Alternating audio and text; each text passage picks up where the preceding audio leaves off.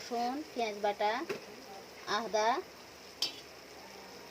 আর tomato sauce. এই যে ঘরে বানিয়েছিলাম টমেটো সস আর একটু সরিষা বাটা দিয়ে এগুলো ভালোভাবে কষাচ্ছি।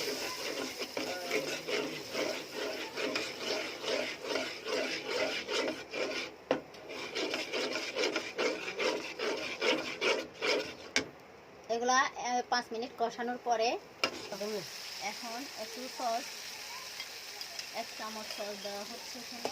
সস দিয়ে কষাচ্ছি। 5 মিনিট কষানোর পরে কাঁকড়াগুলো ঢেলে দিলাম। তারপর এই যে একটু এখানে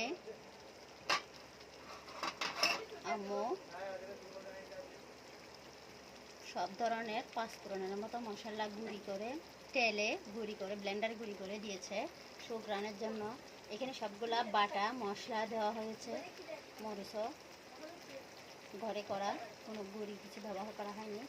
এই যে দেখুন 10 মিনিট এইভাবে জাল দেওয়ার পরে এগুলা সব ঝোলগুলা কমে যাবে, মরিচ হয়ে যাবে। যে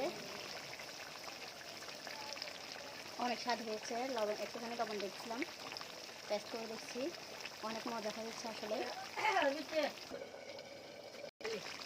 আচ্ছা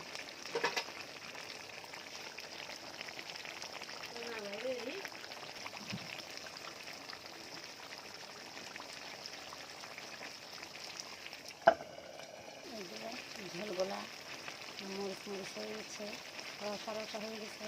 এগুলো আর একটু টানলে হয়ে যাবে, আর 2 মিনিট চুলাতে রাখলে রান্না শেষ। এই যে হয়ে গেছে।